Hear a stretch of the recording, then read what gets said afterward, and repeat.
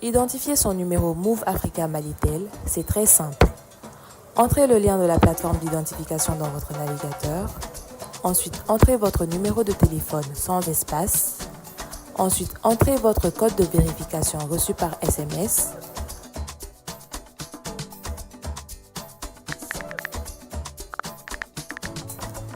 Entrez vos informations personnelles, prénom, nom, date de naissance, numéro de votre carte Nina.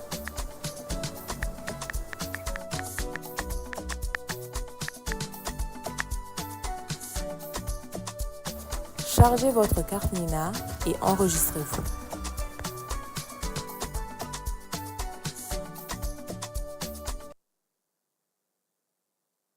An filɛbaw ni an lamɛnbaaw aw bɛɛ lajɛlen aw ni ɲankuma bi ye sibiri ye tubabukalo tile 22 san 2025 an bɛ bɛɛ lajɛlen fo ka bɛɛ lajɛlen waleɲuman dɔn. Falaye Keyita k'i yɛrɛ fo k'i waleɲuman dɔn. Maninka ka ca bi dɛ. Kɔrɔfɔla nalen o ye maninka ye. Fulakɛ an tɛna fara Ibrim kan an ka kɛ tɔn kelen. Fula ni bamanan contre maninka o de bɛ yan bi.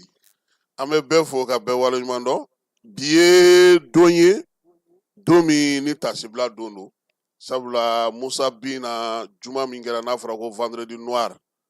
o don o ye bi ye. Vendredi noir don musokɔrɔbaw ni denmisɛnninw ni sɔrɔdasiw de karila ɲɔgɔn na. A b'a fɔ yɔrɔ min ma ko pyramide de souvenir. Anw Badalabugukaw n'an faw n'an baw ye pɔn tigɛ an sen na ka na. An sera yɔrɔ min na Musa ka maaw ye mugu kɛ fan bɛɛ lajɛlen na. A don Aïssata Sise Ala ma hinɛ n'a la ale denmuso kun kɔnɔma falen don n'o Aramatulayi ye. Kisɛ y'o sɔrɔ u taara n'a ye Gabriel Ture la ale ma bɔ a la. An terikɛw n'an balima n'an baw caman fatura o de la u y'a fɔ o don ma ko vendredi noir. Vendredi noir don a fana bɛnna sunkalo fana kɔnɔna ma. Hakili b'a la ko kunu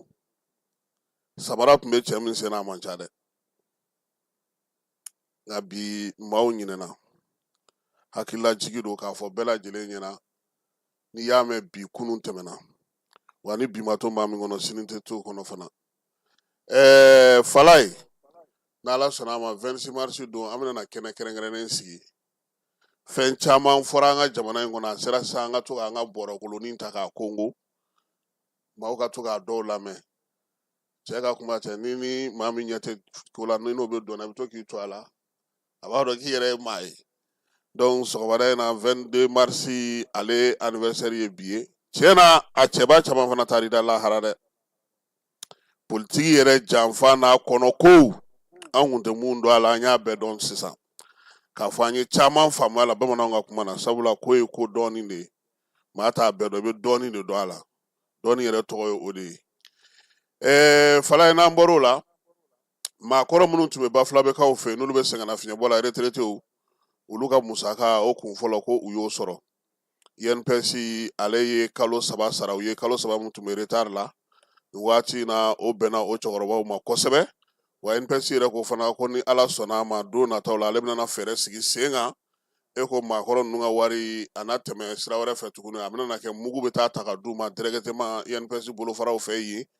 Ka fisa cɛkɔrɔba ni musokɔrɔbaw ka wuli tuma o tuma ka na 7,000 7,700 ni 10,000 nɔfɛ Bamakɔ yan. An minnu bɛ t'u bilasira an yɛrɛ bɛ 20,000 tigɛ ka 10,000 tigɛ a la ka tila ka taxi saraw bɔ a la u yɛrɛ bololankolon bɛ segin o bɛɛ la u b'a fɔ k'a ɲɛna. Donc an b'a ɲini INPS y'o fɛɛrɛ min sigi sen kan o fana ka se ka kɛ ka ɲɛ. Gawo taji feerelabaw olu ko k'u bɛna segin u kɔ. Sifinw ka tɔn min bɛ Gawo olu ye wuli ka jɔ kɛ sa n'o ye conseil communal de la jeunesse ye. jago ale ministre so ka bolofara min bɛ n'o ye DGCC ka taa fara force G maaw kan ani kafo olu ni jagokɛla ninnu kumana sabula taji sɔngɔ kun yɛlɛla kosɛbɛ Gawo 230 260 dɔw yɛrɛ kun y'a feere 300 yɛrɛ litiri kelen nka bi min ye jagokɛlaw ye ko sa k'u bɛna n'a lajɛ yaasa bɛnkan min sɔrɔla baara ka kɛ o cogoya la nka ɲinina jɛkulu minnu fana fɛ u ka kuma gouvernement fɛ yaasa min ye taji ye a donni sumaya kana kɛ o fana na muso jɛkulu minnu bɛ kayikaw fɛ yen n'olu ka wulikajɔ bɛnnen don k'u yɛrɛ ta bolo la jɛkulu min bɛ yen n'a bɛ fɔ o ma ko projet CLEF ale ye 2 miliyɔn di olu musow ma muso ninnu sa u yɛrɛ ka se ka bololaminɛ baaraw kɛ u yɛrɛ ye k'u cɛsiri ka se ka dɔ sɔrɔ min ye u ka denbayaw ye u bɛ se k'olu ta cogo min na waleya in sa ale kɔni laɲinina jɛkulu minnu fɛ o ye jɛkulu caman ye u y'a yira sa k'a fɔ ni musow sera u yɛrɛ kɔrɔ n'u sera ka nin baara kɛ ka ɲɛ o bɛ fisaya kosɛbɛ Kayi a n'a lamini bɛɛ lajɛlen kɔnɔna na Kulukorokaw fɛ yen sɛnɛko o kuma de bɛ yen maa minnu bɛ yen nin waati na ni waati yɛlɛma kɔlɔlɔ bolilen n'olu ka sɛnɛko la kosɛbɛ olu ni IER maaw ye baara kɛ baara min n'o bɛna tali kɛ sa u bɛ se k'u jɔ u jɔyɔrɔ la cogo min na samiya nata in na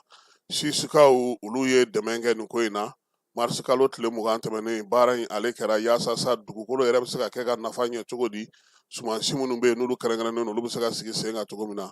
min ye muso jɛkulu ye olu fana tun bɛ wulikajɔ la yorosokaw fɛ yen yaasa u bɛ se k'u yɛrɛ ta cogo min na kuma tɛ muso minnu bɛ sɛnɛ kɛ ani denmisɛnnin minnu bɛ sɛnɛ kɛ waati yɛlɛma kɔlɔlɔ min na boli olu kan u ka se ka kisi o ma baɲumankɛtɔnw olu kɔni ye komini 3 fara ɲɔgɔn kan min ye musow ye maa minnu bɛ yen n'olu bɛ sɛnɛ kɛ sa n'u dayirimɛ bɛɛ lajɛlen bɛnnen don sɛnɛ ma ka se ka olu dɛmɛ yaasa baloko bɛ se ka nɔgɔya cogo min sifinw ni musow ma dugukolo ɲɛnama ka se ka o lakana bagan mara k'o fana sigi sen kan u ye waati yɛlɛma kɔlɔlɔ ye u bɛ se ka kisi o ma cogo min na ONG AMED ale n'a bolofaraw olu ye o baara in sigi sen kan minisiri n'o ye premier ministre ye ale ni minisiri min bɛ sigira lakana ko kunna ni yiriwali kuntalajan olu ye kɛnɛ sigi kɛnɛ kɛrɛnkɛrɛnnen min bɛ tali kɛ musolakaw cɛ fala ye ko mangoro feere musow ni lemuruba feere musow ni nakɔ musow ko tɔn fɛ kɛrɛnkɛrɛnnen de sigira olu tɔgɔ la premier ministre fɛ yaasa sa u fana bɛ se k'u boloma yɛlɛma cogo min général de division Ablaye Mayiga ale tun bɛ kɛnɛ kan minisiri min bɛ yen n'o o bɛ sigira lakana ni yiriwali kuntalajan kunna ale fana tun bɛ kɛnɛ kan banque mondiale maaw olu fana tun bɛ nin kɛnɛ in kelen kan baara in kɛkun ye mun ye sa an bɛ fɛn o fɛn sɛnɛ yiri fɛn fɛn b'an fɛ yan ni tɔnɔ bɛ sɔrɔ o la k'o don ba la ka se k'o bayɛlɛma ka se k'a to an yɛrɛ ka se ka an ka tɔnɔw sɔrɔ a la min ye Mariam Tangara ye n'ale bɛ Dumɛlakaw ka sigi la minisiri ale ko sa ko nin jɛkulu in sigi kun ye sa musow ani maa bɛ yen n'o bɛ balo ko gɛlɛya kɛlɛ k'an ka jamana kɔnɔ u kana da balo dilan dɔrɔn ma ani bayɛlɛmali dɔrɔn ma a ka se ka yɛlɛma ka kɛ baara ye baara min ni tɔnɔ bɛ sɔrɔ a la Abdramani Kulibali n'ale ye banque mondiale warisotigi ka kɛsutigi ɲɛmaa dankan ye ale fana ye kuma ta kɛnɛ ka fala ye a ko sa ko bayɛlɛmali min fɔlen filɛ nin ye ko belebeleba don dɛ sabula dugukolo minnu bɛ yen bi n'olu tiɲɛnen don fɔlɔ sigida 20 ani 87 kɔnɔ n'o ye komini ye région 8 kɔnɔna na u bɛna olu ta ka se ka fɛɛrɛw sigi sen kan fɛɛrɛ 400 min bɛna kɛ ni musaka ye n'o bɛ bɛn miliyari 11 ma banque mondiale b'o di miliyari 9 o ye directement ye ka wulikajɔ kɛ i yɛrɛ ka se ka baara kɛ ka se ka bayɛlɛmali kɛ suguw k'olu sɔrɔ min ye an ka yiridenw ye ani an ka nakɔlafɛnw ye u y'a yira sa k'a fɔ ko min ye jɛrɛ in kɔni ye sa ale kɛkun ye min ye nɔgɔya ye ko la maa ba kɛmɛ ani 70 o de bɛna ta an ka jamana kɔnɔna na mun bɛna musaka in sɔrɔ miliyari 9 in na baara 13 ka o sigi sen kan directement yaasa olu fana bɛ se ka yiriwali kɛ cogo min na suguw k'olu sɔrɔ ka feere kɛ ka tɔnɔ bɔ ka tila ka banque mondiale ale ka wari ka segin a ma premier ministre ye kangari da dɛ a ko ayiwa ko an filɛ ka taa an duuru wari kɔrɔ nin a ka don a donda fɛ maa minnu n'a ka kan a ka di olu ma wa ale yɛrɛ bɛna i ɲɛ jɔ ko in na koyi sabula ale b'a dɔn k'a fɔ an ka jamana kɔnɔ bi an ka yiridenw ka di an ka yirikolow ka di an ka yiridiliw ka di an ka diw ka di furabulu minnu b'an fɛ yan u bɛɛ lajɛlen bɛ mago ɲɛ furakɛli ta nasira fɛ a ko an ka sogo an ka jɛgɛ ani an ka burusi kɔnɔ sogo ko nin bɛɛ lajɛlen kan ka don ba la k'a bayɛlɛma k'a ɲɛ k'a d'a dibaw ma yaasa danaya min dalen filɛ nin maa kunfɔlɔw kan olu bɛ se ka ɲɛ cogo min seko ni dɔnko kɛnɛ an bɛ don ale kɔnɔ.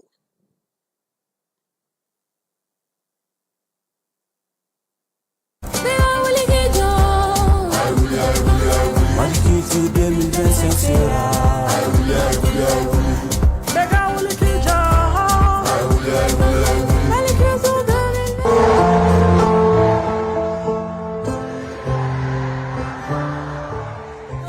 sera. Eka wuli kija.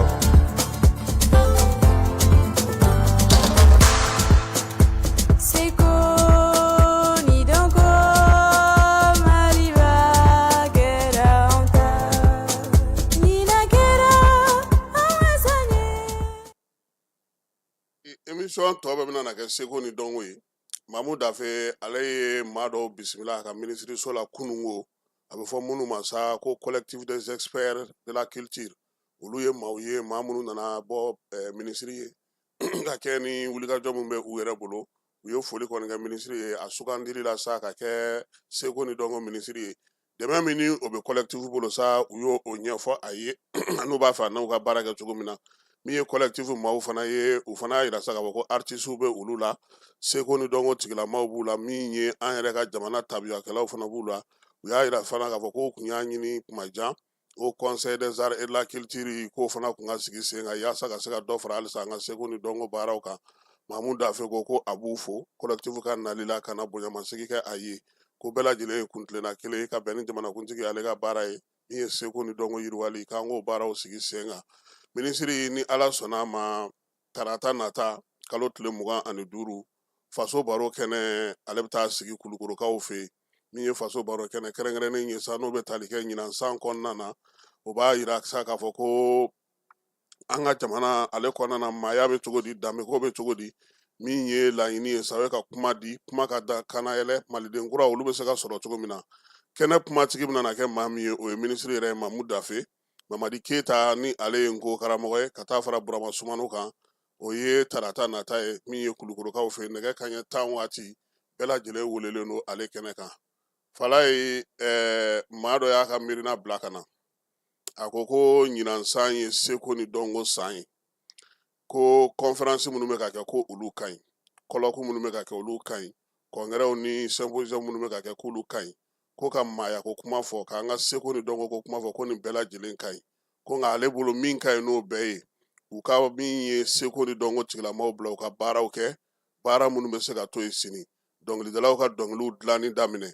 ɲɔgɔlɔnbɔlaw ka ɲɔgɔlɔn dilanni daminɛ min ye ziirindalaw ye sinimabɔlaw ye jamana ka musaka ta k'a d'u ma u ka baara kɛ n'o tɛ ko livre ni sɛbɛnni kɔni caman bɛ Mali kɔnɔ min bɛ to yen ni ɲinansan in banna o ye artistes yɛrɛ ye baara minnu kɛ u kolo la n'o bɛ se ka maaw kalan bi k'u kunu k'a dɔn k'a fɔ an ka jamana ye min ye siniɲɛsigi ye min ye wa fana ka se ka banniw fana sigi sen kan jabaranisow la kɛnyɛrɛye ta ni faso taw kunnafonidila fɛn fɛn bɛ yen sa ko k'olu bɛɛ lajɛlen wele ka ko in ɲɛfɔ u ɲɛna ale bolo bi ministre kan ka nin kɛ bolomafara ye bolomafara min b'a to a na se ka baara sigi sen kan baara min ni hali a tɛ yen don min maaw na olu sɔrɔ wa artistes yɛrɛ n'a dɔn k'a fɔ fana ko u ye mago ɲɛ u yɛrɛ ye ko n'o tɛ ko n'an y'a bɛɛ kɛ kuma mugu ni ɲɔgɔn ye k'an ka maaya an ka tabiya an ka taabolo an ka dɔnko a bɛ kɛ dalafɔli ye foyi tɛ an bɛ se ka min yira denmisɛnninw na don nataw la ko dɔnkili tɛ k'a kɔrɔ don k'an k'o kɔrɔ ɲini nin y'ale kumakan ye Seba Ture ka bɔ Bolibana fala ye bi an bɛna kɛnɛ kɛrɛnkɛrɛnnen sigi seko ni dɔnko yɛrɛ kɛnɛ kɔnɔna na maa 2 b'an bolo mɛ o ye groupe min na o ye groupe 3 ye a bɛ fɔ min ma ko ka sɔnw dorogo ɲɔgɔn na maninkala ani diɲɛ kanw k'olu fara ɲɔgɔn kan k'o kɛ jɛkulu ye jɛkulu in tɔgɔ ye ko maa 3 Adama Keita ale bɛ kɔra fɔ a b'an ka kɛnɛ kɔnɔ yan min ye Ibrahim Traoré ale ye basisi ye fala n'i y'a mɛn ko guitare basi nin de don e ka cɛkɔrɔba bɛ min fɔ misɛnmanin o tɛ dɛ nin de ye basi o maa 3nan o ye Frédéric Kɔlasi ale ye muso ye ale bɛ dɔnkili da ale ma se ka kɛnɛ kɔnɔna sɔrɔ min ye maa 3 ye a kɔrɔ a n'a kɔrɔ bɛ ɲɔgɔn na bamanankan na ka bɔ a kɔrɔ tɛ fɔ bamanankan ma o ye o sa o sinon 3 personnes o y'a tubabukanama ye nka bamanankan na ni kɔni ko maa 3 bɛɛ b'a dɔn o ye min ye maa 3 olu ka kow sinsinnen don min ye diɲɛ ani farafinna na anw yɛrɛ taabolo musique kan Adama Keita ale yɛrɛ kɔra fɔlangana ye funanganiya la a ye kɔra kala a ka so min ye jazz ni blues ye Ibrahim Traoré ale y'a taw daminɛ ni arabu ye ka bɔ o la sa ka tila ka taa kalan kɛ gitari ko matarafa Frédéric Kɔlasi ale kɔni ta ye sa diɲɛ yɛrɛ de ka d'ale ye dɔnkili la koyi gospel ani dɔnkiliba minnu bɛ ta diɲɛ kɔnɔ olu y'ale taabolo ye nin jɛkulu 3 in k'a fɔ ni maa 3 in ka jɛkulu a fara ɲɔgɔn kan a kɛ kun ye sa seko ni dɔnko ka yiriwa anw yɛrɛ ka tabiyaw ka don ba la dɔngili minnu n'u y'olu dilan k'olu labɛn k'olu kɛ ka kɛ tali kɛ an ka maninkala dɔngiliw la o ye welewelema da ye sa ka taa diɲɛ ma ani maa wɛrɛw ma maa minnu b'a dɔn k'a fɔ k'u bɛ se ka taama ka yaala k'u to u bɛ ka dɔngili duman lamɛn diɲɛ fan 14 bɛɛ lajɛlen fɛ seko ni dɔnko k'o yiriwali kɛ ni jazz ye ni blues ye ni reggae ye sukusu ale ni kan o kan n'i b'o dɔn hali latinokaw b'a la han ritmo cubano olu bɛɛ b'a la Falaye n'i ye nin dɔngili duman in lamɛnni daminɛ kɔra kɔni i b'o kɔni y'a la dɛ min ye kɔra ye ale ti fɔ maa ye farafinna kɔnɔna na bi basi i b'a dɔn k'a fɔ dɔngili kɔni i y'a kɛ cogo o cogo sumatanw segukaw fɛ ni bara ti dɔngili o dɔngili anw t'o lamɛn wa dɔngili tɛ dɛ cɛ ye min fɔ a ka kuma na dɔngili tɛ ko a kɔrɔ de don a bɛ min ladon maaw la a n'u b'u la taamali min kɛ k'i to i sigiyɔrɔ la ka taa fan bɛɛ fɛ a baara kɛ kun ye o ye ninnu ka bolo ni ɲɔgɔnma in a bɛ tali kɛ koba de la koba min bɛna n'a to ni kow dorogora ɲɔgɔn na k'u mamu k'u dilan ɲɔgɔn fɛ k'u kɛ dɔnsen ni dɔngili ye ka se k'a dɔn maaw k'a dɔn k'a dɔn ka lakari maa saba bɛ o de di maaw ma wa i b'a kɛnɛ o kɛnɛ kan i bɛ nisɔndiya i bɛ muguri i bɛ taasi i bɛ miiri wa a bɛ kɛ dɔngili duman fana i tulo fana na sɔgɔmada in na maa saba la an ye maa 2 sɔrɔ ne y'u sabanan ye nka ne ko n bɛ dɔngili da bi Adama est-ce que ne na se ka dɔngili da i b'a lajɛ i b'i kan fili ka Frederick jɔyɔrɔ ta I bɛ se k'o kɛ o. vrai e yɛrɛ ko ten yan Artiste dɛmɛ la sa i bɛ se k'o kɛ o. Biko min bila an dɛmɛ la dɛ tiɲɛ yɛrɛ donc Falaye ninnu de b'an bolo bi a ka d'an ye u ka don ni dɔngili ye fɔlɔ an ka sɔrɔ k'a lajɛ min ye u bugunatigɛ k'o da o kan ka sɔrɔ ka kuma k'a d'u ma min ye baara in yɛrɛ ye fɛn caman bɛ sɛbɛn nka min bɛ ta tigiw da o de ɲɔgɔnna tɛ yen Adama ani Ibrahim olu b'an bolo yan sɔgɔmada in na olu b'a choix ka fɔlɔ an bɛ sɔrɔ k'o bugunatigɛ di maaw ma ka sɔrɔ k'u ka baara tɔ bɛɛ lajɛlen ɲɛfɔ.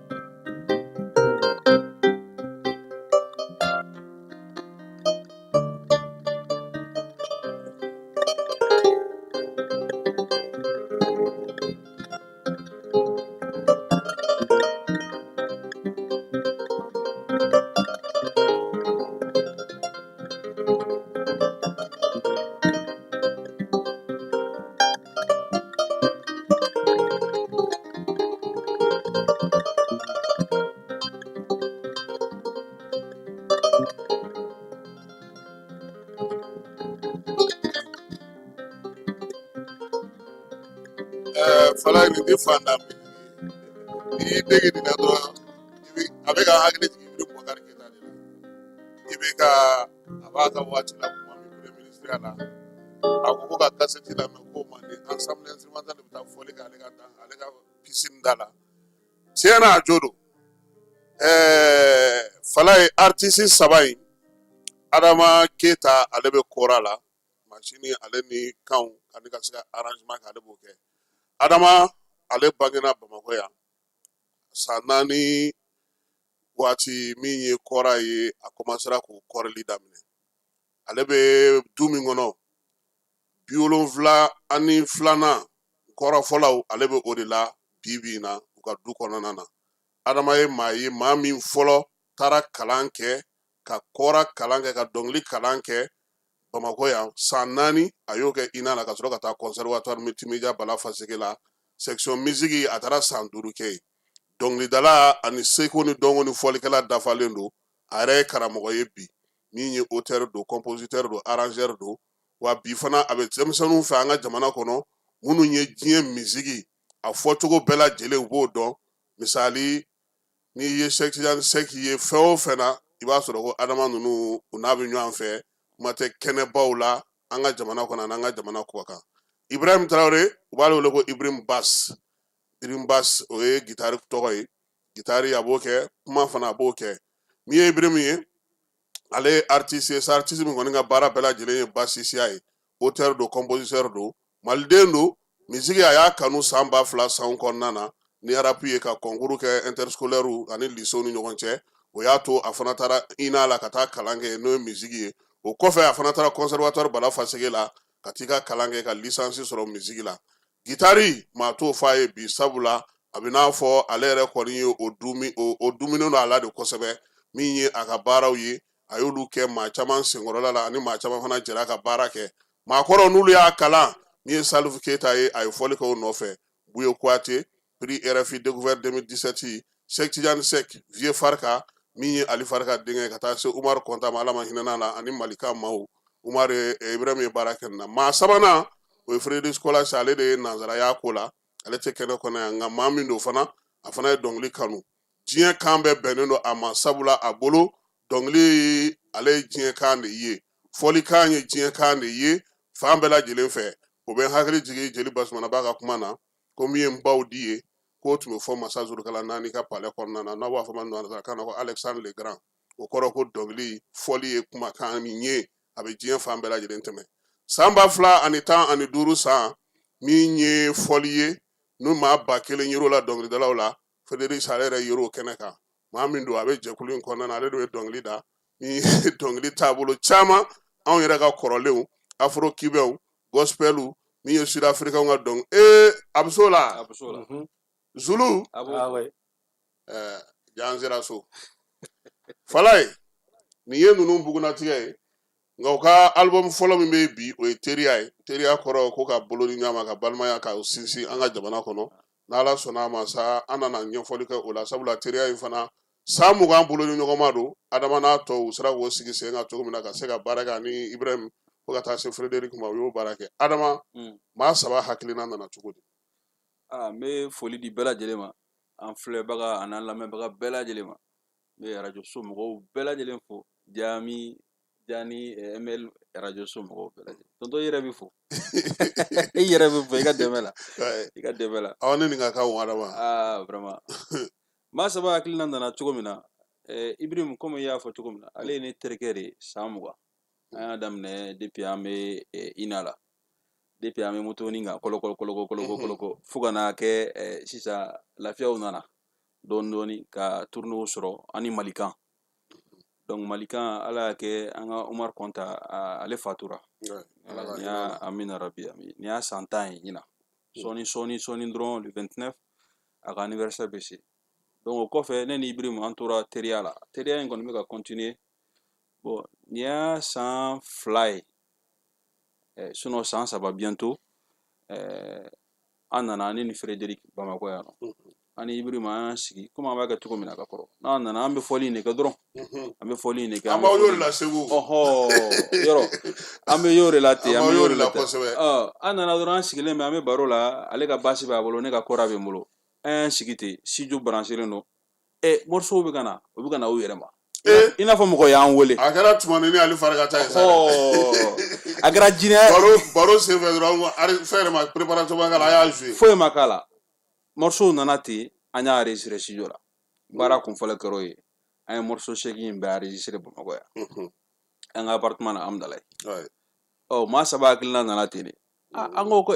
ko nin ko min filɛ nin fana ye fɛn ɲɛnama de ye an ye nin kɛ yan baro de don tulo ni yɛlɛ de don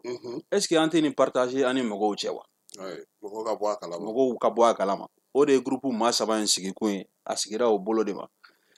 a ma forcer a nana naturellement de ayiwa Ibrahima m'a dɔn k'a fɔ min ye guitare basse ye ale fɔbagaw bɛ ka dɔgɔya kosɛbɛ parce que bi bi in na n'i ye solo in kɔni fɔ mɔgɔw b'o ta k'o fɔ surtout maninka kunda ani kita kunda mais basse a bɛ n'a fɔ secret caman b'ale ale juru man ca kosɛbɛ a bɛ ko jeli basima b'a ka ngɔni juru 4 ale ye juru 4 ye ayiwa maa saba kɔnɔna na bi bi in na Adama ye dɔ fɔ miirina min nana n'aw ye mais mun ni mun b'aw bolo album in kɔfɛ bon n bɛ a ka baara yɔrɔ jama bɛɛ fo n bɛrike yɛrɛ fana fo parce que n'i y'a mɛn artiste média de don ni média tɛ artiste tɛ fo ye donc hali bi an bɛ tila ka segin k'aw fo a ka baara la aw bɛ ka fɛn fɛn kɛ artiste ye Ala de b'aw sara Ala k'aw sara hali bi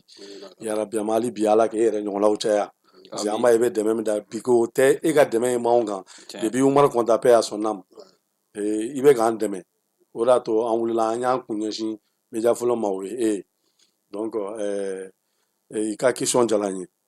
ye projet min bɛ maa saba kɔfɛ projet ba de parce que an y'a dabɔ groupe de kama projet ba an ye san 2 de kɛ an bɛ ka album in préparé san 2 an bɛ ka album in préparé i yɛrɛ ɲɛ b'a la malheureusement dɔnkilidala ma se ka yan sɔrɔ hali bi parce que ko minnu bɛ jamana kɔnɔ bɛɛ b'o kalama sisan sinon n ka di dɔnkilidala yɛrɛ nin kɛnɛ in ka mais ɲinan san ye seko ni dɔnko san ye est ce que ni Mamu Dafe n'aw donna programme national la est ce que a tɛna kɛ sababu ye a ka se ka na n'o sera ka kɛ a bɛ diya n ye dɛ parce que n'aw y'o fana kɛ parce que a bɛ ɲɛ kosɛbɛ nin b'a jira k'a fɔ ko frontière ti seko ni dɔnko mɔgɔw ni voilà frontière tɛ musique la n'o kɛra o yɛrɛ de bɛ diya n ye parce que album in yɛrɛ b'o de yira déjà min bɛ ka dɔnkili da album in kɔnɔ ale tɛ yanka ye nansara de don tubabu de don mais i b'a ye album kɔnɔ a bɛ dɔnkili da bamanankan na a bɛ dɔnkili da morceau baden de b'a bɛ dɔnkili da bamanankan na an yɛrɛ b'u sɛbɛn k'u d'a ma a bɛ dɔnkili da bamanankan a b'a da anglais la a b'a da kan caman na a bɛ sili baden de kɛ donc olu de b'a la donc i ye kuma min fɔ sisan ni Mamu kɔni sera k'o ko in kɛ ale kan ka se k'o kɛ parce que ni seko ni dɔnko san don an kan k'an dayɛlɛ fana maaw ye nin fɛn bɛ ka se a bɛ ka se artiste kan dɛ an ka fɛn caman bloqué len don an yɛrɛ ka projet in kɔni an yɛrɛ ka ni projet yɛrɛ bloqué len don donc aw tɛ se ka baara kɛ parce que ale tɛ se ka na yan kuma bɛɛ voilà ale tɛ se ka na yan Ibrahima fana ka tagali ka ne fana ka tagali ma nɔgɔn parce que fɛn minnu ko minnu bɛ jamanaw ni ɲɔgɔn cɛ papier ko ni visa ko ninnu kuma ka gɛlɛn sisan dɛ aw dɔrɔn tɛ an bɛɛ de don bon an yɛrɛ ka projet yɛrɛ bloquéli yɛrɛ sababuya de filɛ nin ye parce que an kɛ man teli ka kɛ ɲɔgɔn kan voilà sinon projet ni fɛnw bɛ yen déjà album bɔra depuis mois de janvier album bɔra depuis mois de janvier an taara an ye droit ni fɛnw bɛɛ signé SACEM ni fɛnw na fɛn bɛɛ bilala SACEM ni fɛnw na jusqu'à présent n bɛ segin k'o de fɔ an bloqué len don parce que an dɛsɛlen don ka clip kɛ clip ninnu ni fɛnw ale k'an kana pour que a ka se ka clip voilà ou bien ne ka taa pour que ka se ka baara fana voilà o de kɛlen don k'an bloqué mais est ce que aw tɛna se Dafe ma k'a ɲɛfɔ a ye komi segu an ye tubabu caman ye ɲinan tubabu nana voilà donc tubabu nana hali Tombouctou kɔsa in na an ye tubabu caman ye fana u nana ka na Tombouctou festival la donc n'u bɛ se ka na surtout baara ɲɔgɔnya hukumu kɔnɔ an bolo o man ka kɛ gɛlɛya surtout tubabu caman de bɛ yen ni Michel Lamine sera k'o kɛ o bɛ diya n ye dɛ i b'a dɔn ko Moti tubabu dɔ bɛ yen tubabu muso dɔ bɛ yen depuis 2000 Motikaw tulo b'a la depuis 2000 a bɛ yen crise in bɛɛ kɛra fo ka taa se bi ma a bɛ k'a ka hôtel gérer Mopti a ma sɔn ka taa Faransiw nana a nɔfɛ cogo sugu bɛɛ la ko k'a tɛ taa halisa a bɛ Mopti a ka hôtel tɔgɔ ye ko Du Rêve a ko k'a tɛ taa crise fɛn fɛn i ɲɛ bɛ mankan fɛn fɛn na a bɛɛ y'a sɔrɔ Mopti kɔnɔna na a ma taa ayi a ko k'a tɛ taa ale kɔni ale ta ye Mali donc an fana kan ka o ɲɔgɔnnaw lajɛ parce que mɔgɔ caman bɛ jamana kanu b'u la c'est comme Alu ni Faranjɛ ni min bɛ baara kɛ ɲɔgɔn fɛ Jean Louis o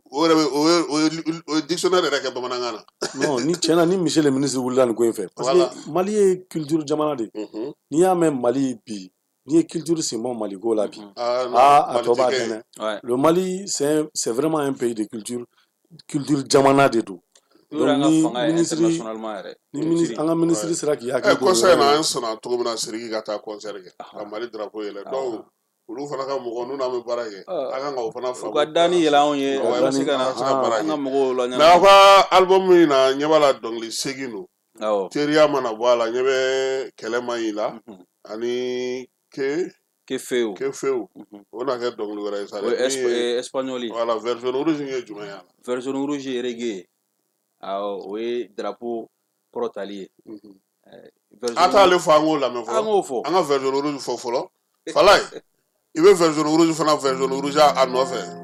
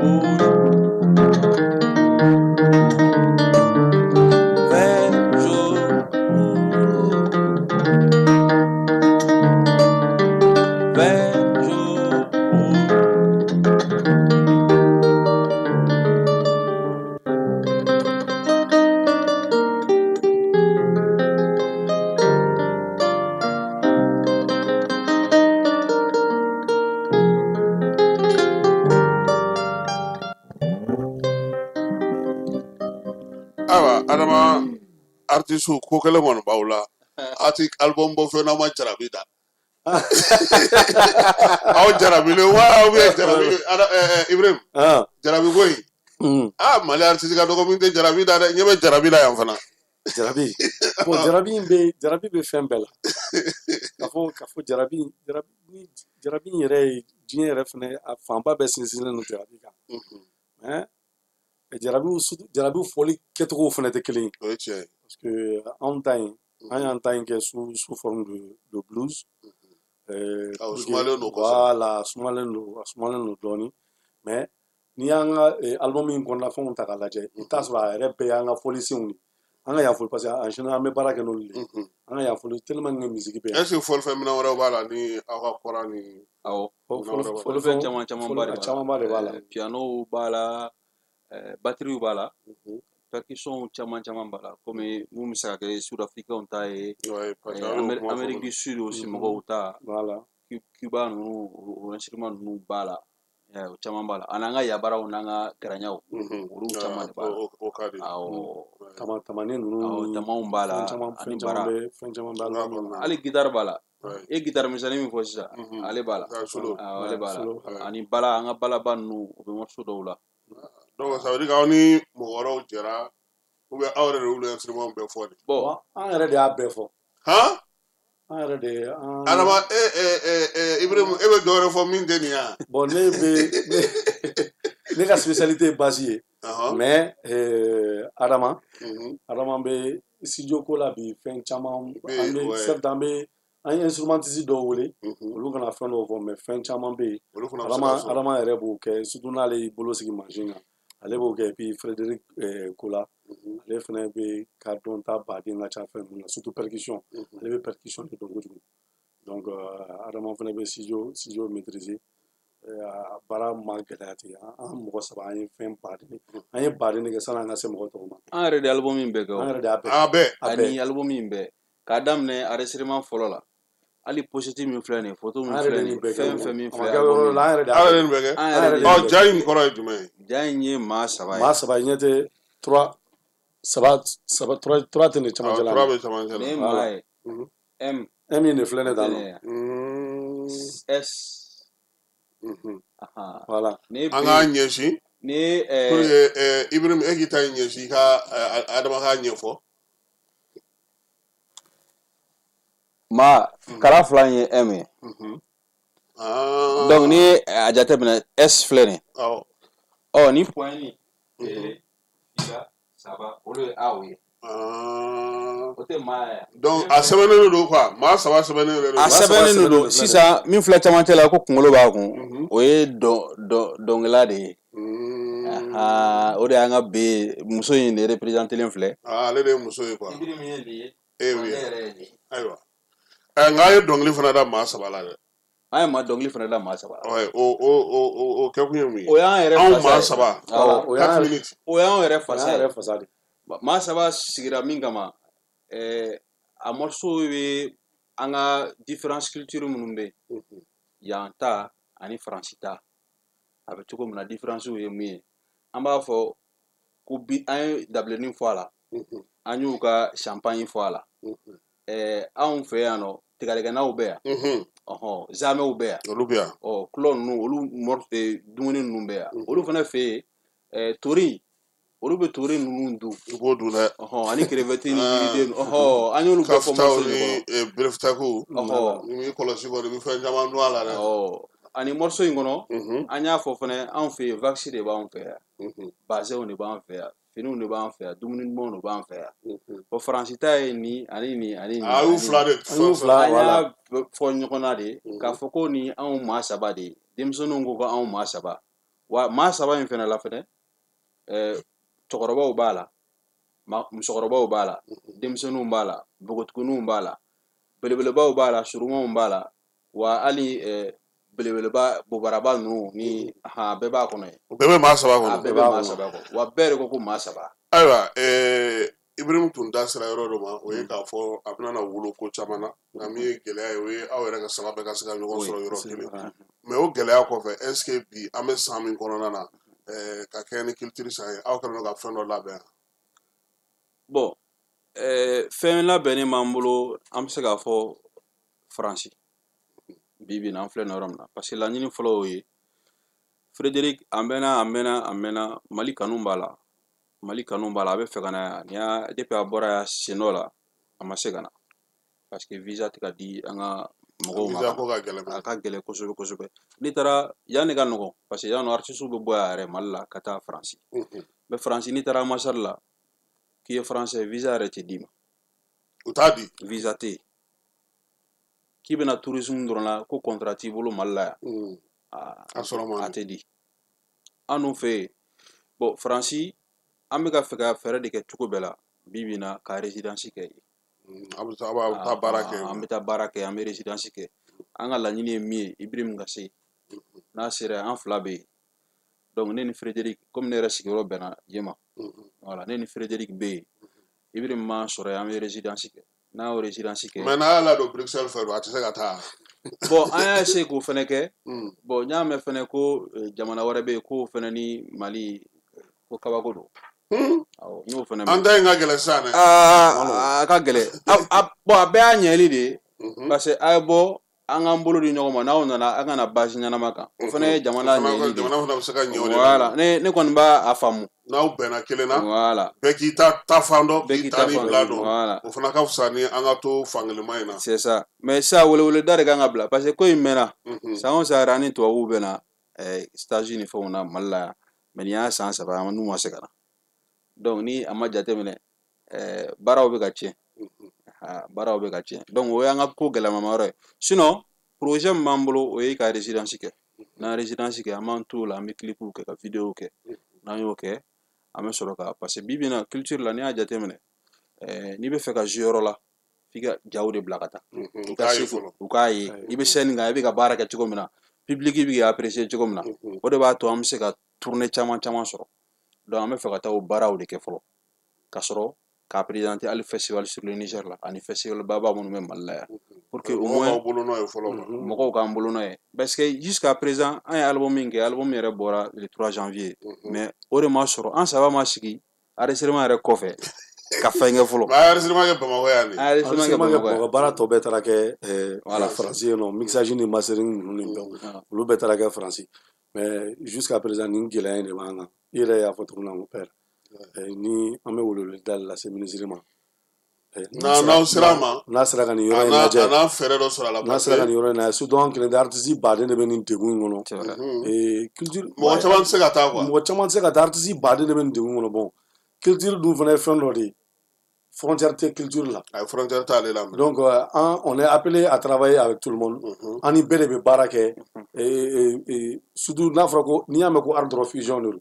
e b'i ka baara dɔ ta u bɛ taa don dɔ ka baara la a b'o ɲagami an yɛrɛ ka artiste ba bɛɛ lajɛlen hali kɔsa in an ye salle fɛ France 24 plateau kan donc c'est dire que mɔgɔw kan ka faamuya ka dɔn ka fɔ ko danfara tɛ mɔgɔw ka culture ni ɲɔgɔn cɛ ɲɔgɔn dafalanw de don pour que ka se ka baaraw kɛ ɲɔgɔn fɛ nka n ye dɔnkili kelen ye aw ka fɛn na n'o ye dɔnkili tura ye Kefeu ale ye mun dɔnkili sugu ye Kefeu ye espagnol dɔnkili de ye aw b'o fana da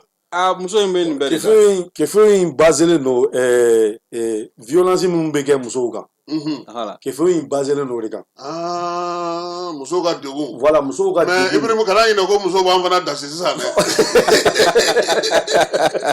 bon komi muso b'u dasi komi muso fana dɔw bɛ dasi dɛ o ye tiɲɛ komi muso de ye dɔnkili da yɛrɛ la nin de ka d'ale ye n'ale ye dɔnkili min dɔrɔn ale bɛ content donc i ye kuma min fɔ sa o ye tiɲɛ mais komi muso de ye dɔnkili in da donc ale ye dɔnkili in da dɔnkili in titre de ko Kefeu dɔnkili in bɛ espagnol kan de la voilà mais dɔnkili in kɔrɔ bɛ violence min bɛ musow kan foyer kɔnɔ ale ni société kɔnɔ dɔnkili in baselen don o de kan ani ni an ka album yɛrɛ ta k'a jateminɛ dɔnkili baden de b'a la kɔrɔkɔrɔmaw voilà bon par exemple kɛlɛ ma ɲi min filɛ nin i n'a fɔ tɔw bɛ kɛlɛ ma ɲi da cogo min na ale m'a da ten ale ye kɛlɛ ma ɲi da cogo di ko ils sont venus nous chercher malgré que a n'a ka position sociale ale ni couleur min b'a la a ko ninnu de nana an nɔfɛ ka na nɛgɛ c'est à dire que yɔrɔ yɛrɛ la i yɛrɛ bila an ka ko kɔnɔ donc a ye kɛlɛ ma ɲi da ten ne donc ale ni kɛlɛ conséquences ni fɛnw ye min ye donc ko dɔw ka tolon ni tɔw ka tolon fana tɛ kelen an ka tolon ni tɔw ka tolon tɛ kelen parce que an bɛ ka mɔgɔw wele wala an ka tolon kɛ mais misigi ye min ye composition cogo ni voilà ale ni style voilà style ko de don tolon ma ɲi nin na an bɛ taga Jamaïque dɔɔni ka tila ka taa turu dɔɔni cɛ Congo Jara Safari voilà an bɛ taa Jamaïque dɔɔni an bɛ t'olu ka reggae ka rumba dɔɔni voilà fɛn dɔ ka tila ka taa dɔɔni cɛ Congo hali bossa nova dɔɔni fɛnɛ b'a la voilà donc a bɛ ten ne misigi bro comme an ye mɔgɔ saba ɲagaminen a b'o bɛɛ dɔ ta la misigi bɛɛ ɲagamina an tous sera jamana an bɛ se ka fɔ continent parti kelen-kelenna bɛɛ la pour que a ka se ka kɛ fusion yɛrɛ ɲagami yɛrɛ cogo min na ayiwa par exemple morceau dɔ fɛnɛ b'a la mama an ye baw fasa da ɲɛ b'o la voilà mama in filɛ nin ale an taara fo Brésil aw taamana dɛ k'aw to Bamakɔ yan an taara samba brésilien de ta samba brésilien de b'o morceau in camancɛ la mais a bɛ muso in a bɛ dɔnkili la koyi a yɛrɛ bɛna to ne bɛna taa n ta dafara k'a lamɛn sisan n'i y'a dafara k'a lamɛn i yɛrɛ b'a wele ko baara i yɛrɛ b'a wele ko baara kɛra parce que n'i y'a lamɛn Ola am se ka do mais est ce que aw ka fɛn dɔ bɛ page aw de ko k'an ma album yɛrɛ fɛn yɛrɛ bɔ fɔlɔ an ma clip kɛ fɔlɔ. mais page b'an bolo page Facebook b'an bolo page YouTube b'an bolo TikTok b'an bolo. N'aw se ka page fɔ ni morceau kelen b'o kan min composé ka o morceau t'ale ka morceau album yɛrɛ kuturu bɛɛ de bɛ fɛn sanfɛ réseaux sociaux a bɛ réseaux sociaux sanfɛ. a tali ma nɔgɔn o la dɛ. N'i y'a ta bɔ anw susu sisan. Spotify yɔrɔ ne y'a jateminɛ Mali la ni forfait dɔ ta ko forfait Spotify o bɛ k'i bolo ni donna kana ne y'a taper maa saba. A y'an bɛna lamɛn o. An b'a lamɛn n'an bɔra studio kɔnɔ mais an de tɛ se k'a jouer sisan n'an y'a jouer. émission na voilà an bɛ YouTube kan an tɛna se k'a jouer mais n'Ala sɔnna ma n'an bɔra émission na an bɛna n'a jouer mais bi Bamakɔ kɔnɔna na yan est ce que aw labɛnnen don ka se ka fɛn dɔ sigi sen kan ou bien ni mɔgɔ mago bɛ aw la fɔli la parce que nin fɔli min filɛ nin ka di mɔgɔ caman ye i bɛ taa sɔrɔ sa séminaire dɔw bɛ dɔw bolo u bɛ fɛ aw kana daminɛ kɛ ou bien dɔw ka diinɛ dɔw b'a bolo komi olu bɛ kɛ cogo min na sisan kosɛbɛ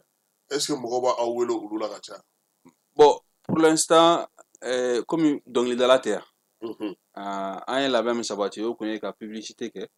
ka se ka mɔgɔw k'a dɔn k'a fɔ k'an bɛ exister o de la an resserré ma i ka dɛmɛ e dɛmɛ min k'an ye ne dɛmɛ belebeleba de an b'i fɔ halisa k'i waleɲuman dɔn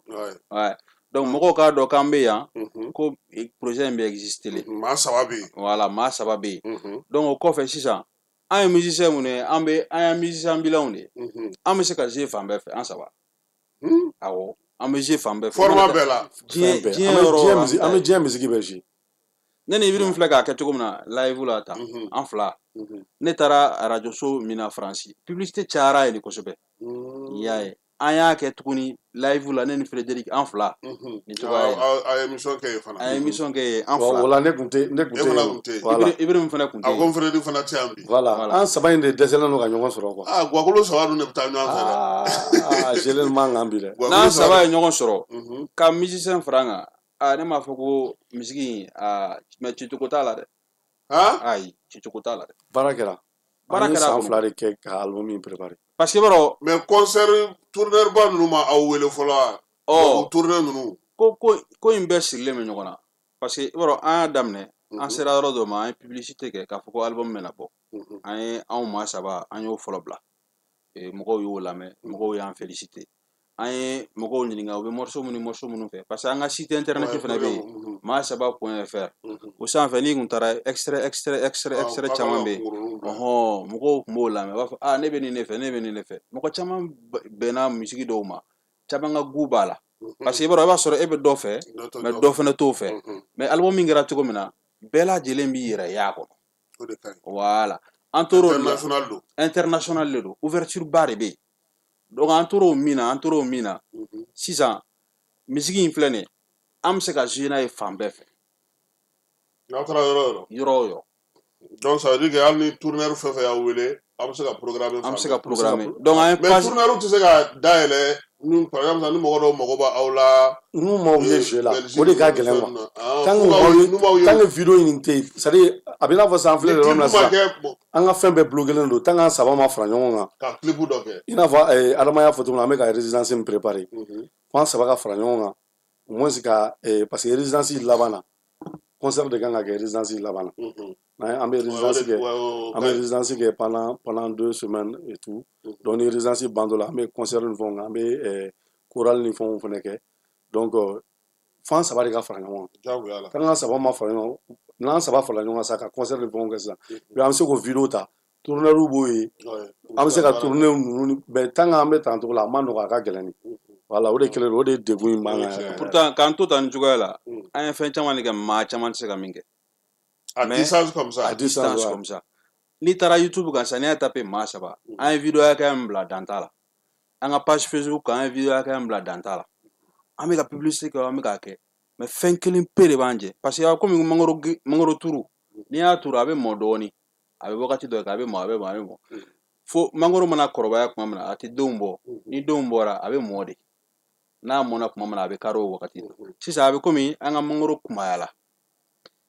yiriden de bɛna falen a la o de ye résidence ye n'o mɔna sisan i b'a ye mɔgɔw bɛ bɔ an nɔfɛ fan bɛɛ lajɛlen fɛ k'a kari an ka maa saba lamɛn komi aw y'o fana fɔ an k'o fana lamɛn ay maa saba taa ŋo lamɛn Ibrahim parce que maa saba kɔni o de y'aw ka base yɛrɛ ye. dɔnkilidala kɔni a b'an jɛ ni numéro n'an jɛ o la sa an na tila ka taa lamɛn.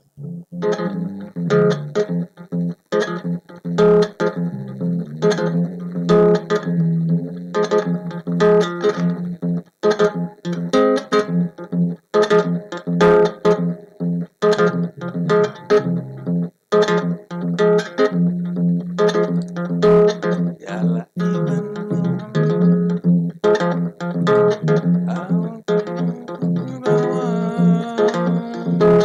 Ali wali ma faransi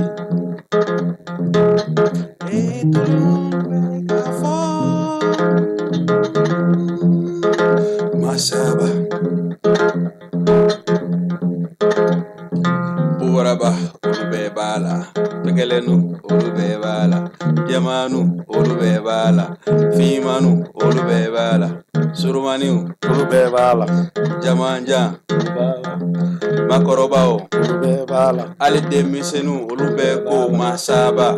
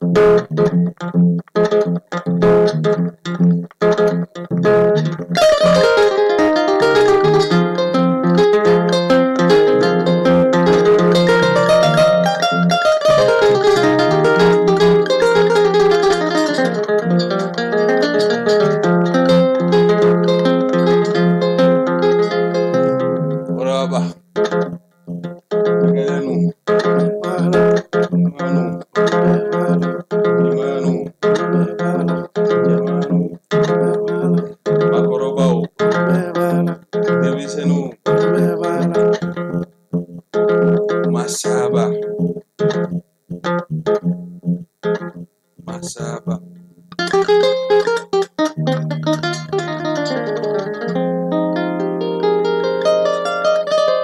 ayiwa min ye Alikalifa Ture ka bɔ Atlanta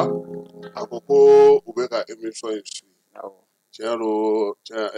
an n'olu ka heure ka jan ɲɔgɔn na nka u ko an k'a lajɛ k'aw ka numéro di an k'o bila bɔlɔlɔ sanfɛ maaw bɛ se k'aw sɔrɔ min na a bɛ se k'a fɔ technicien b'a ta k'o fana bɛ se ka kɛ dɛmɛ ye ani fana ko émission in fana ko fan dɔw bɛ yen fana k'aw yɛrɛ k'aw lajɛ aw k'olu tigɛ k'olu fana bila aw ka bɔlɔlɔ sira fɛ k'o fana bɛ se ka kɛ k'aw dɛmɛ a ka kuma sabanan ye min ye o ye k'a fɔ aw ka lɛtiri kɛ ka ɲɛsin minisiri ma ka proposition k'a ye seko ni dɔnko san kɔnɔna na pour que ale ka se ka a dɔn k'aw bɛ yen k'aw ka baaraw dɔn k'a ɲɛfɔ a ɲɛna pour que aw kana to kɛrɛfɛ ko n tɛ k'ale bolo ko nin kan ka se ka taa diɲɛ fan bɛɛ fɛ ko wa nin yɛrɛ bɛ différence créer kosɛbɛ Mali seko ni dɔnko la bi k'a jira k'a fɔ k'an dayɛlɛnnen don diɲɛ ye an ma datugu diɲɛ ye hali n'a y'a sɔrɔ an b'an ka souveraineté ko la k'an ye souverain ye an fana ni mɔgɔ dɔw fana bɛ ka baara kɛ parce que ani Burukina bɛ baara la ani Niger bɛ baara la ani jamana wɛrɛw bɛ baara la donc fana ko min ye an dɛmɛbaga kuraw ye k'aw k'olu fana taama nin y'ale ka kuma ye Alikalifa Ture ka bɔ Atlanta a ko k'olu kɔni k'a Ture k'a Ture ko nin diyara n ye y'ale ka bolomafara ye nin diyara n ye kojugu ko nin diyara n ye k'a Ture nin diyara n ye ko sisan ko concert ko Bamakɔ kɔnɔna na yan Bama art ni fɛntigi ninnu fana Njayi nin ye Njayi de ye ale ko k'aw k'olu fana lajɛ parce que k'olu fana bɛ fɛnw kɛ hali n'a sɔrɔ aw fila don u kana ɲinɛ aw kɔ quoi aw ka hakili to olu fana na ne ka s'olu ma numéro filɛ numéro in bɛ WhatsApp kan ka di ma voilà a bɛ numéro ta pour que Turekɛ an b'a fo parce que ko u bɛ k'a lamɛn olu fana bɛna tila k'a jɛnsɛn a bɛ diya n ye ka vraiment k'u Ture k'a Ture k'u Ture a diyara n ye an mago bɛ nin la e yɛrɛ bɛ fo mon père e yɛrɛ bɛ fo nin e diyara n yɛrɛ ye bɛ fo ni média ta n y'o de fɔ ni média ta artiste tɛ fo ye hali bi an bɛ média fo an bɛ e yɛrɛ fo mon père ka Jani FM fo k'aw fo a ka baara la ayiwa dɔnkili kelen bɛ yen an yɛrɛ dɔnkili bɛ fɔ fana kɛra kɛlɛ man ɲi ye sa kɛ an ye kɛlɛ man ɲi fana fɔ an ye dɔ fɔ la an ma kɛlɛ man ɲi nin je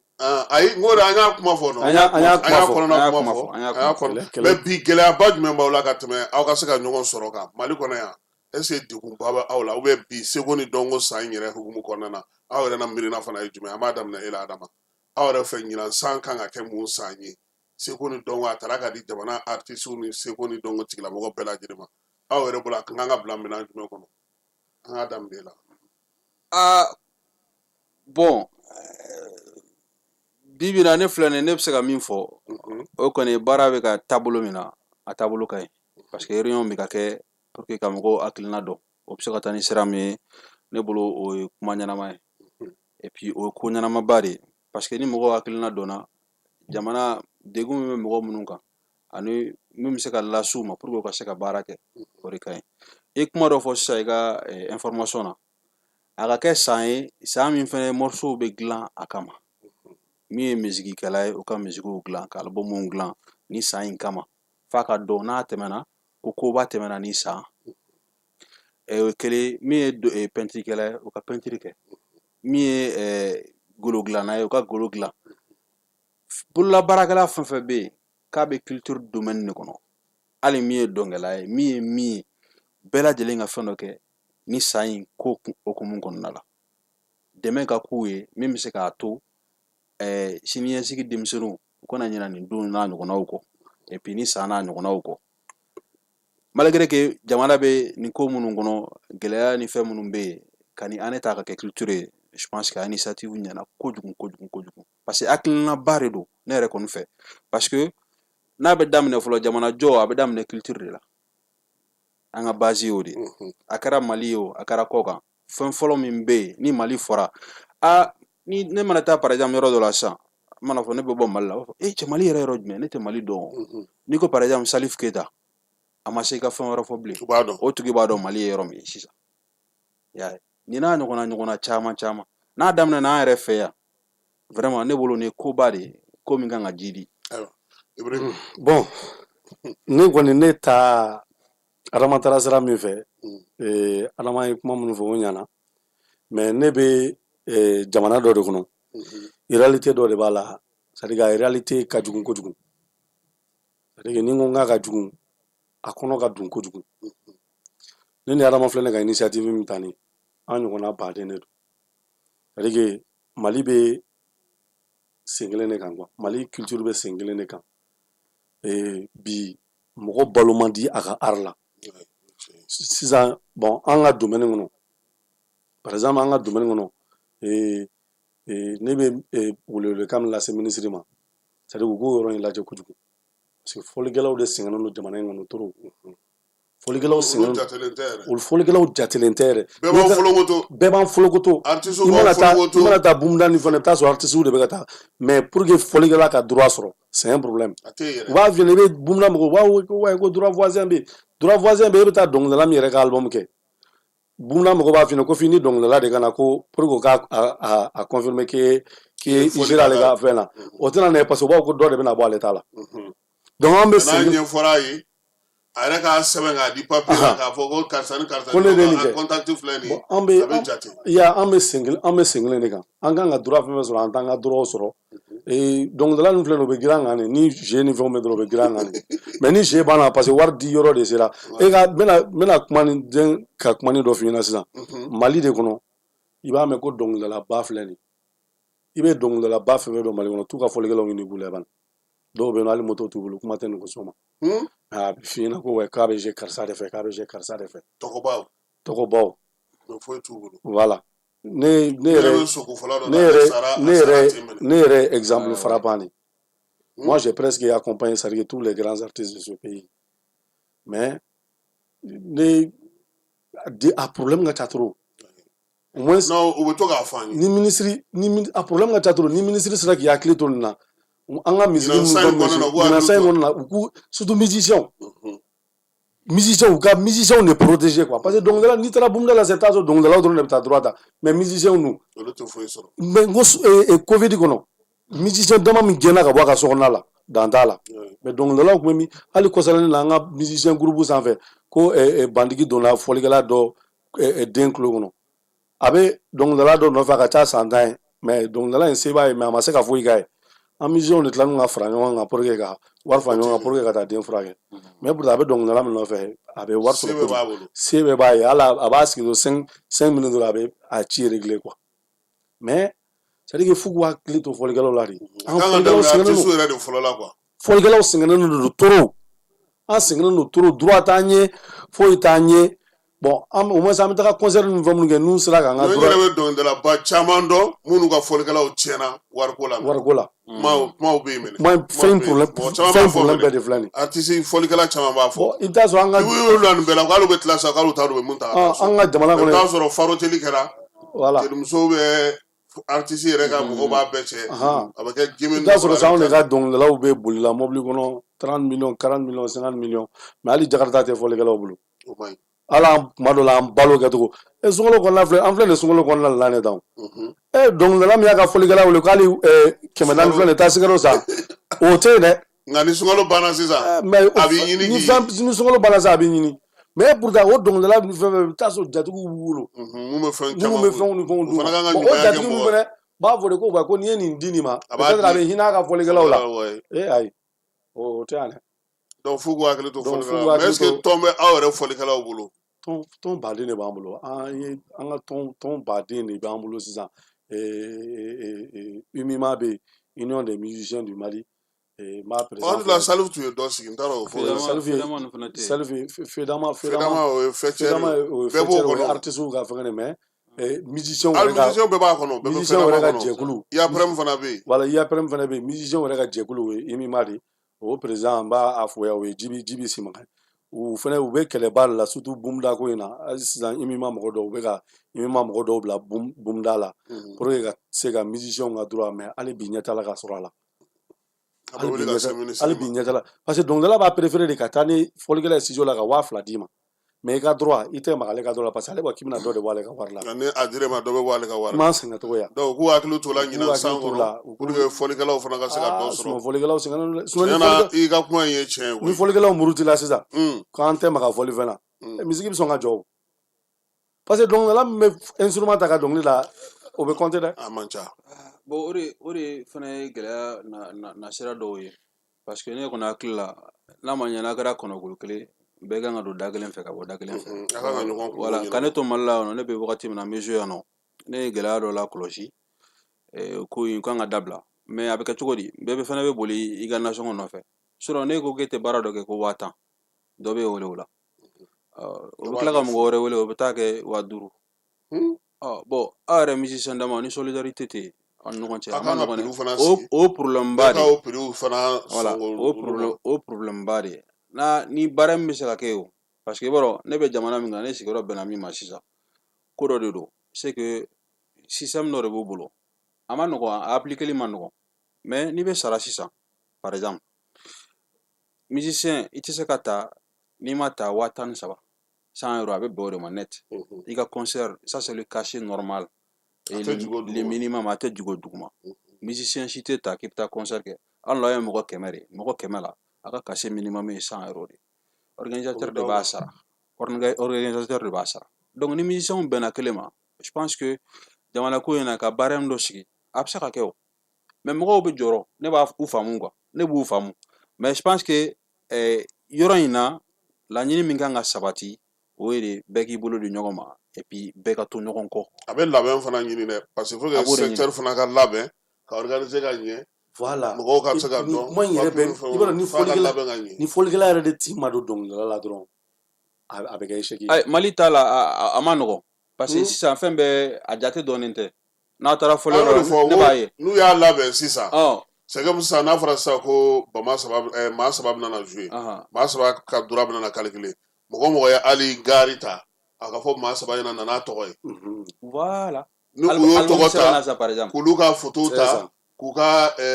ninanw n'u ka fɛnw bɛɛ don machine kɔnɔ a bɛ fɔ bon ni maa 3 taara jouer yɔrɔ ni mɔgɔ ninnu de b'a la voilà donc o la a bɛ dɔn mais n'a fɔra dɔrɔn ko Kasim ka groupe Fala ye tɔgɔ t'a la Keba tɔgɔ t'a la Kasim bɛ taa kelen tɔgɔ di donc fala ninnu tɛ ye mais ni don min na n'u fana ko A bɛ n'a fɔ- ko i y'a mɛn i ɲɔgɔnna kuma a bɛ n'a fɔ an ka album Mɔgɔ de bɛ- an ka album min filɛ nin Mhm. an kelenkelenna bɛɛ ye morceau kelenkelenna bɛɛ signé SACEM na voilà olu b'a sara o Adama y'a ta bɛɛ signé Mhm. ne yɛrɛ ta bɛɛ signé Frédéric y'a ta bɛɛ signé voilà u ayi yɛrɛ de b'a ci olu kɔni a fɛsɛfɛsɛra quoi n'olu tini kana dɔ di journaliste ma a ye bɛ ten de parce que n'u ka concert kɛra kɔni i bɛ wari sara i yɛrɛ bɛ wari sara n'ale ye o C'est i ça. b'a ye a tilennen don net et puis yen nɔ de Mhm. f'an ka fɛn dɔ de fɛnɛ faamu ko kelen de bɛ mais labɛn de don dɛ Adama non, ko kelen de bɛ yen jamana fɛnɛ ja labɛn de don Mhm. parce que b'a i ye dɔnkilidala ye cogo o cogo i kɛra dɔnkilidala ŋana ye cogo o cogo Mhm. i sara ani fɔlikɛla sara bɛɛ ye kelen n m'a fɔ ko tɛna mali la dɛ nka a bɛ sɔn ka mɛn dɔɔni dɛ ayi a bɛ se ka kɛ aw sara bɛ kɛ kelen ye concert la est-ce que a bɛ se ka o bɛ na Mali la aw o tɛ se ka na Mali aw la ka droit fana bɛ se ka kɛ kelen ye dura bɛɛ ye kelen mais artiste i kɛra cogo o cogo i ni fɔlikɛla tɛ se ka kɛ kelen ye o parce que e O ye yan de bɛ o. fɛn caman sɔrɔ ayi e bɛ fɛn caman sɔrɔ fɔlikɛla t'o sɔrɔ o c'est ça donbolo min bɛ kɛ ye directement Ɔhɔn. k'a sɔrɔ o ma na aw ka contrat la K'a sɔrɔ o o ma ma na na aw ka contrat la. fɔli la fɔlikɛla t'o sɔrɔ o o de ye o bɛ kɛ notoriété artiste yɛrɛ mais i kelen b'a dɔn ko nin fɛn fasugu ninnu filɛ nin ye i b'a dɔn ko nin farafinna yan nɔ nin ka teli ka sɔrɔ Mali de la yan sinon dafɛ dugu ninnu filɛ nin ye Mhm. Sénégal ninnu filɛ nin Mhm. ye olu bɛ musicien kɛ cogo dɔ la i tɛ se k'a ye o par exemple an balimakɛ filɛ nin ye Wali Seki bolo Seki n ka karamɔgɔ n denkɛ Mhm. Wali Seki ye fɛn bɛɛ k'a ye il est logé nourri véhiculé a taara n'a ka denbayaw bɛɛ ye et puis retraite de petini min bolo kun bɛ yan ouais aw la il tuguna sa est logé karamɔgɔ nourri denkɛ véhiculé Sénégal aw karamɔgɔ denkɛ mais pourtant o tun b'a ye Wali Seki y'o dɔn yan a de kun bɛ yan c'est an vrai yɛrɛ Mais a ye y'o fɛn bɛɛ gosi sɔrɔ ɲɔgɔn fɛ awɔ pɔlɔn na yan bamakɔ yan awɔ mais minisariw ni fɛn dɔ a ahan b'olu mais fɔ sisan a sigilen don Sénégal bien wɔlɔfɔ Issoufou Ndour ka musicien dɛ Issoufou Ndour ka musicien filɛ nin ye retraite de b'olu ye ils sont retraités mais n ko n y'o de fɔ n ko an fana kan ka t'o sira de fɛ c'est à dire a ka labɛn a ma nɔgɔn n'a labɛnna n'a ni bɛɛ ma don ɲinan kun fɔlɔ dɔ ka ta a kɔni ka baara ka an ka daminɛ dɔnkilidala ninnu bɛ fɔlikɛlaw bolo lasɔn de quoi a ma non nɔgɔn mais i b'a dɔn ko in bɛɛ a ma hakilina nɔgɔn ko de a tali ma nɔgɔn mais je pense que n'a hakilinaw hali di hali ka taa se ministère la ka hakilinaw fɔ nin hakilina bɛ ne la nin bɛ ne la par exemple ne bɛnna yen sigiyɔrɔ ma ne b'a dɔn bi bi in na u ka système bɛ cogo min na et puis ko min bɛ se ka kɛ musicien bɛɛ lajɛlen ka vie ka se ka améliorer moi je pense que j'ai des idées par rapport à cela parce que je me suis intéressé k'a ɲɛɲini k'a ɲɛdɔn pour que mɔgɔw bɛ se ka lafiya parce que ne tun b'a kelen de kɔnɔ bamakɔ yan nɔ mais n taara ne filɛ nin ye kalo o kalo i b'a sɔrɔ indemnité dɔ bɛ yen o bɛ d'i ma parce que i ye artiste ye tu es reconnu là-bas en Europe i y'a ye u ka statut dɔ bɛ yen ko intermittence hali n'o mana Mali la yan mais statut in b'a to kalo o kalo i ye baara kɛ i ma baara kɛ i ka droit b'i ye quoi i y'a faamu donc a bɛ mɔgɔ ta lafiya labɛnnen don a bɛ mɔgɔw lafiya wa aw dɔrɔn tɛ dɛ ko dɔ de nana n'o fɛnɛ ye aw dɔrɔn fana tɛ koyi Ko dɔ de- artiste dɔrɔn tɛ dɛ baaraba de bɛ Mali baaraba de secteur bɛ caman de ministère bɛ yen nin degun bɛ yɔrɔ minnu na i bɛ taa sɔrɔ minnu b'u yɛrɛ faga ka baaraba kɛ olu tɛ caman sɔrɔ dɛ a bɔgɔ baarakɛlaw baaraba de bɛ baara ministère fanga bɛ bolo yan mɔgɔ minnu bolo olu tɛ caman parce sɔrɔ que dɛ yan yɛrɛ n'i ko ni o de y'a la gɛlɛya yɔrɔ ye i welela festival la n'i ko ko bon ko a ka festival k'a déclaré don ayi c'est un problème a ka déclaré k'a fɔ ko jamana ka bɔ a kalama ko jamana ka bɔ a kalama a pourtant a kan ka déclarer de comme a ça kan ka dɔn artiste b'a ka droit sɔrɔ musicien b'u ka droit sɔrɔ je pense que hakilina ko de don mɔgɔw ka ɲina hakilina bɛ minnu na u ka na n'u ka hakilinaw ye bɛɛ ka fara ɲɔgɔn kan jamana bɛ se ka jɔ cogo min na sira ninnu fɛ parce que e bɛ ka secteur fɛn fɛn fɔ tan ne hakilina b'a a ɲuman b'a mɔgɔ kelen kelennaw la n'u bɛna ka na secteur kɔnɔna la je pense que amélioration bɛ se ka don kow la voilà je pense que an kan ka taa o sira de fɛ ayiwa an ye dɔ kɛ kuma na n ye waati ye an ka miniti tɔ tora 2 dɔrɔn de sisan miniti 2 de tora an bolo an t'a dɔn an bɛna na Fala ye i bɛ dɔɔnin fara an kun parce que ɲininkali 2 bɛ yen n bɛna n'olu k'u la ni n y'olu k'u la n bɛ sɔrɔ k'a fɔ est ce que aw furulen don wa Adama ayiwa furu